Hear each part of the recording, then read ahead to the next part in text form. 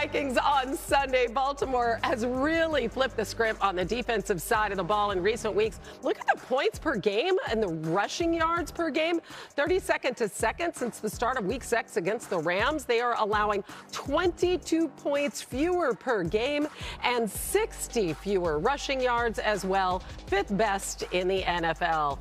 Dan and RC are going to show us how it's done over at the touchscreen, fellas.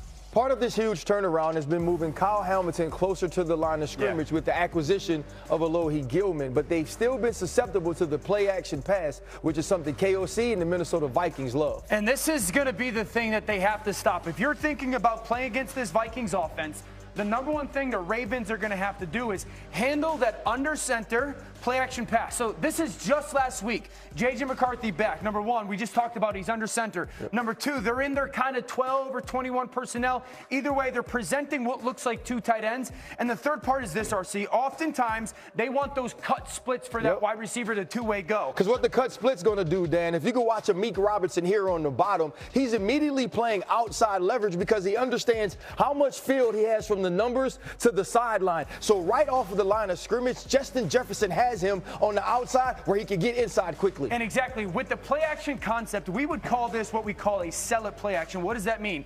Number one, I want downhill. You can see that this back is going essentially between that guard and the center. At the defense, we're also pulling the backside guard. So this is presenting to that defense. Here comes run. You know what I don't like about this from the start of the play, though? When you have Harper here sitting in the middle of the field, right away we're letting J.J. McCarthy know that we have single high. So it allows him to understand as soon as I come up from this play action, I know exactly where I'm going if I can get these backers to hinge up into the line of scrimmage on the play action. And that's why the sell it is so at you, because we just want these guys to step up quickly. And it really becomes you, one of the best receivers in football, win on that in-breaker route.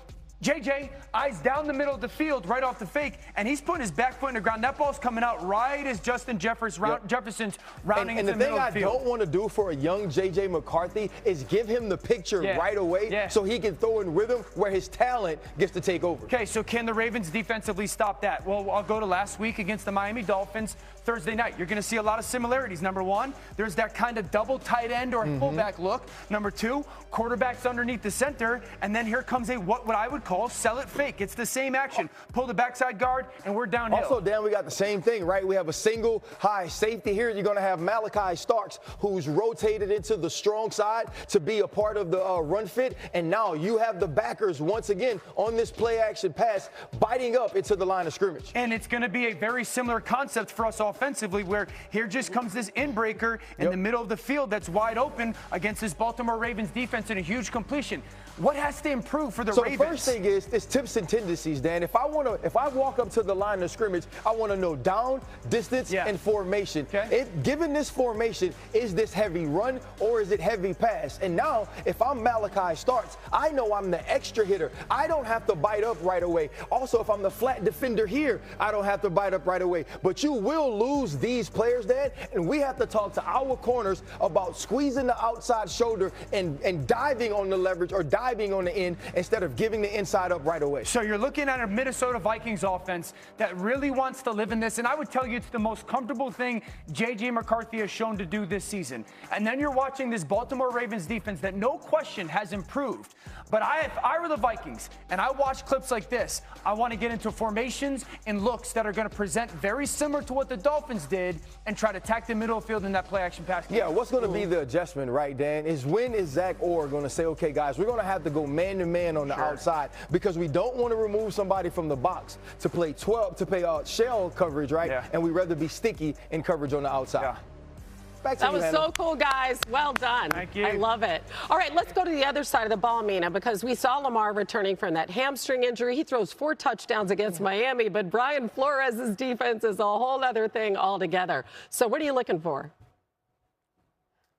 I think this is a massive, massive game for Todd Monken to rise to the challenge. Obviously, going up against Brian Flores, you saw last week put together one of the best game plans I've ever seen against the Detroit Lions. You're going to see something very different versus Baltimore, right? He's not going to be focused on sending pressure up the middle. If anything, I think he'll probably borrow from the first couple of weeks, or pardon me, the games against the Lions and the Chiefs, where you saw linebackers almost show pressure and then drop and spy Lamar, contain him, and he was sacked. It was sort of, there weren't long sacks. It was like 0-1 yards or whatever, but it came out of a containment strategy.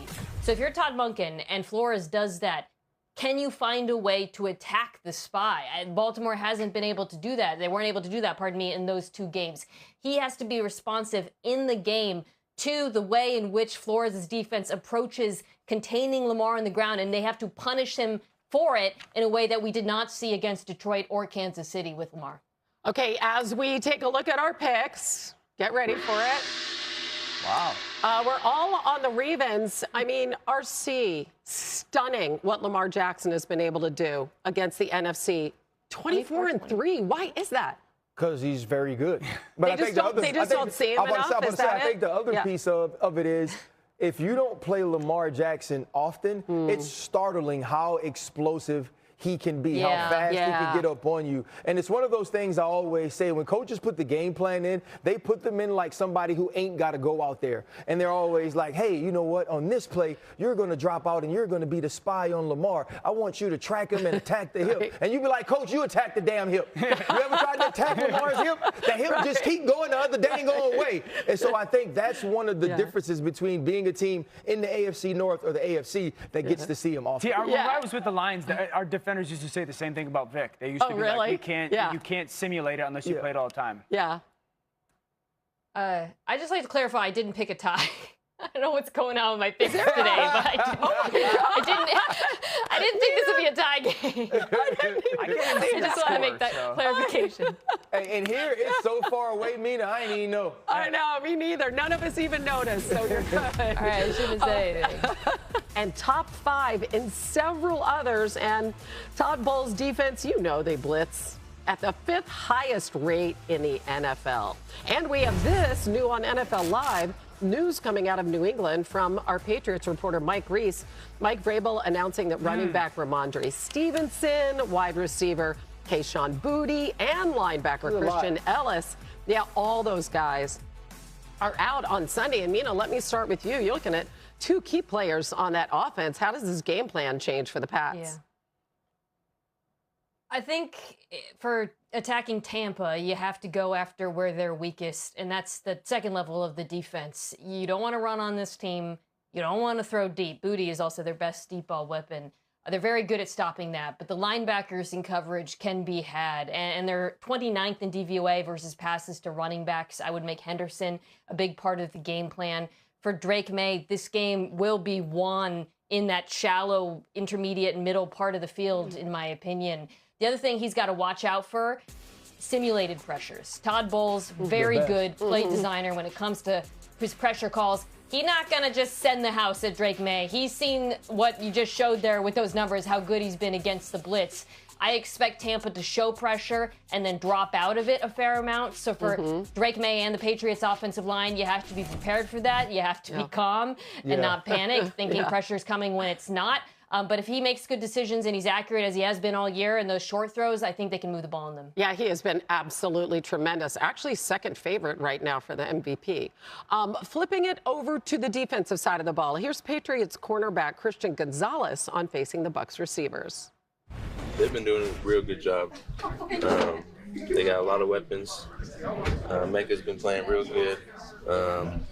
Ted's been playing real good. They got a lot of weapons. They got speed. They're strong. They can stretch the field. So they do a lot. So we're excited for the challenge. Oh, this is really fun, RC, because we have Gonzalez, Emeka Egbuka. What do you expect to see from that matchup? Well, when you look at last week, the way I felt that Zach Robinson was able to manipulate the defense of the New England Patriots to get one-on-ones for Drake London, I thought it was amazing. We watched some great red zone rub routes and opportunities for Michael Penix Jr. to throw 50-50 combat balls to Drake May. Emeka Egbuka is a little different. Emeka Egbuka isn't a guy that you're going to want to put in these situations, but he can win. Even thinking back to some of his matchups with Sauce Gardner weeks ago, they're going to move him around, put him in motion, try to get him away from Christian Gonzalez as much as they possibly can. But I do believe if they get those one-on-one matchups, they have a full belief in their rookie wide receiver that he can go win in those situations. I never heard it called 50-50 combat throws. I like that. More than likely to steal it as well. I wanted to ask you this. So, watching New England's defense, there are multiple clips this year where they've taken Gonzo, they've put him by himself, Revis style, on that number 2 receiver, and then they've taken a player like a Carlton Davis, put him on the 1 and doubled it. That's vintage, old Darrell school, Revis. the Revis stuff. Yep. Would that be something you look into doing that? You'd take Gonzo and put him on like a Shep? I mean, I would. Yeah. I would do that. But the thing about that is you can't do it so much to Baker Mayfield that it's predictable. Right, Baker Mayfield finds ways to win, and he's comfortable because he's had to play with so many different groups of wide receivers. Yeah. He's comfortable utilizing those guys in one-on-ones to their strength, and especially when he has time to sort of extend the play. Yeah. Yeah, I'm in agreement with Igbukah trying to find the matchups. Carlton Davis is probably the player in the Patriots secondary that I would look for him to attack. But I actually have a similar thought as I had to the other side of the ball is I'm going after these linebackers. Christian Ellis is out. You saw that there. Because when I watch the Patriots defense, they're really similar to the Bucs. They're awesome against the run. They're really good at limiting deep passes. But it's that shallow intermediate part of the field where I think there's some weaknesses that Tampa can attack. All right, and as we look at our picks, the one and only Dano has saved us from the gong. You're welcome. Yeah, guys. You're welcome. Have a great weekend. And you picked the Bucs because? I think some of the injuries that New England's dealing with, and I just have such a tremendous respect for a young quarterback having to go against the defense like this for the first time. You start seeing things that you ain't never seen before, and you're like, well, I got no idea what's going on. So it's out of respect for this defense. You speak from experience. Yeah. I don't know. Greg May's a little bit better than me. We will see all y'all at Lambeau Field, which is going to be really cool. Yeah.